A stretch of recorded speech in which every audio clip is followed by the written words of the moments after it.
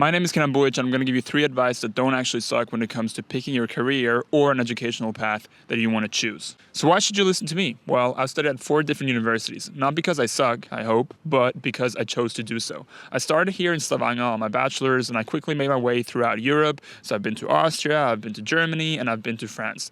2 of those universities I've been to have been top in the country. In Germany, it is the top in the country. It's called WHU, and it commonly ranks among the top 10 best schools, especially for my program, which was a master's in management. And that opened a lot of doors for me that I would not have had otherwise. One of those doors is I wrote my master's thesis for Meta.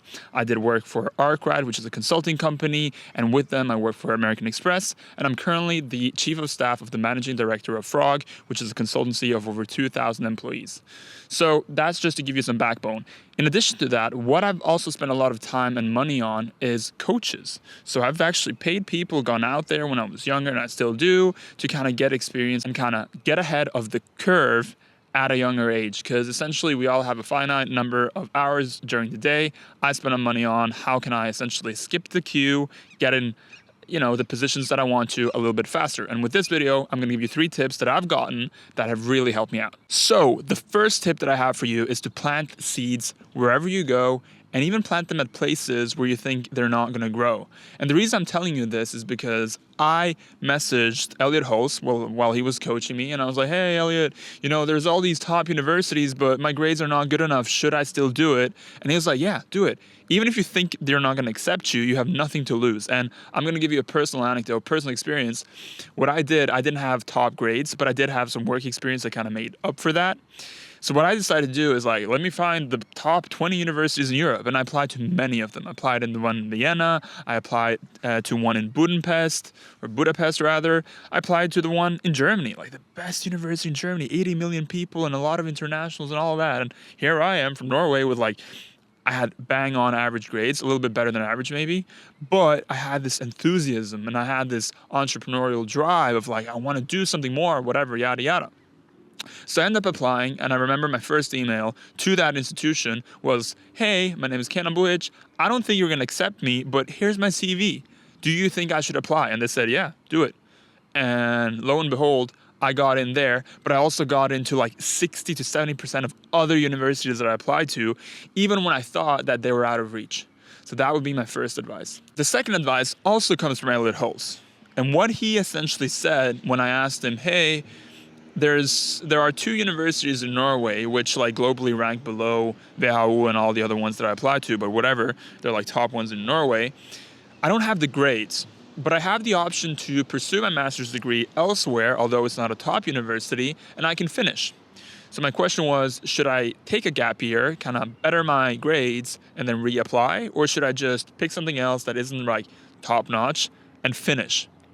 And he essentially gave me an anecdote. He said, what is the difference between a doctor that finishes first in his class and a doctor that finishes last in his class? I'm going to give you 2 seconds to think about that. What's the difference between a doctor finishing first and last? He said nothing. They're both doctors. So what he was saying is, if you take a gap year to better your grades, etc., you're losing out on a year. Finish what you started and never look back.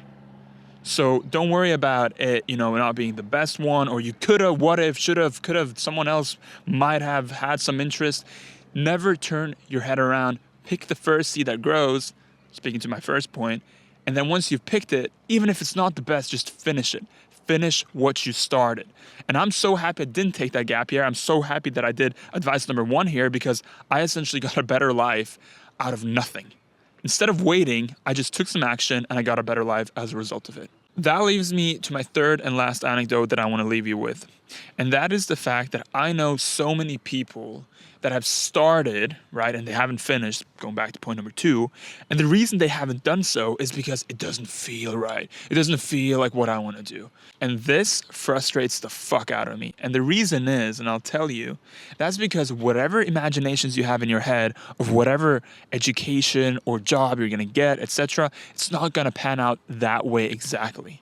And today's world is so fucking forgiving, unless you want to become an attorney or a doctor or whatever. You have a set of procedure that you have to do and have to follow. But let's say you're in business, or let's say you're in IT, or you want to be a programmer, you want to do AI, or now you want to do marketing, right? It's so forgiving that whether you get a degree in marketing or a degree in programming, you can essentially end up working at the same thing. So don't worry about it not feeling right, because those feelings are going to go. And what you're going to see is that no matter what you kind of envision your job to look like, or even the plans that you have, it's not going to end up being that. So I have a business major. I now work for a creative consultancy that does a lot of customer experience and design.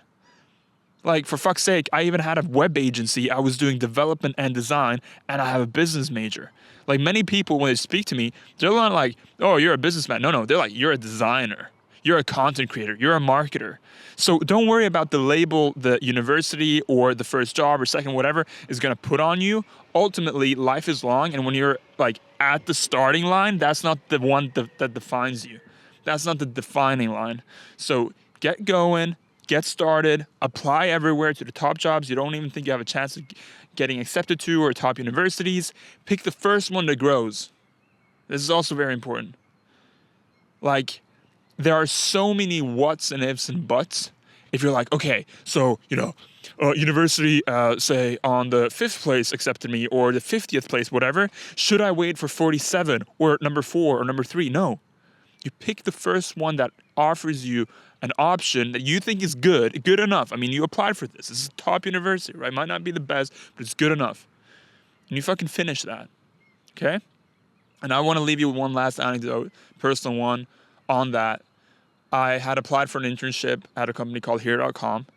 And that company was founded by people from my university and like angel investors and all that. They're like good people. And they offered me an internship. And in that process, I was also interviewing at Capgemini Invent and Google. Now, Google didn't get back to me after here.com offered me a contract that I signed. Keep in mind, this was an internship. Then fucking Google emails me, and I'll see if I can find it to add it here. Hello from Google. My heart fucking stopped. I'm like, Jesus, what the fuck is this? And they're like, hey, we want to offer you an internship. It's a Norwegian-based kind of thing in Dublin, but it was COVID, whatever. And the first thing I did is I got too excited. So when I was about to reply to them, or when I replied to them, I fucking hit Control Enter instead of like Space Enter or whatever, like to get a new line. And I sent a premature email. Fuck me. And the second thing is I told them, sorry, can't do it. I can't do it. I accepted another offer. Yeah, it's not Google. Not even fucking close. Now when I think about it, should I have accepted Google? Fuck, maybe. But my life turned out to be pretty all right. Even without Google. Got Meta. Maybe I'll get... What should I get? Maybe Google again, no? Google would be nice. But that's maybe in 20 years. Because where I'm at right now is cool. And I really like it. And we work with Google. So I'm not at Google, but I work with Google. And I guess that's okay. Gonna leave you with that. Done.